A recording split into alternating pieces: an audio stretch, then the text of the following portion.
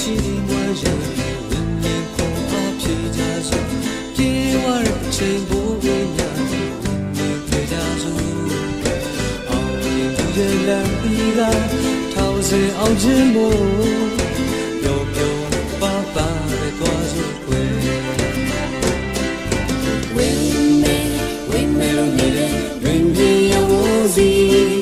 အချိန်မီတဲ့မော်ရအလုံးရှိသည်ကိုလိုရှင်ရဖျားနဲ့သူထွေးတို့တဲ့တာပျော်ပျော်ပါပါနဲ့သွားစို့ွယ်ဝိမေ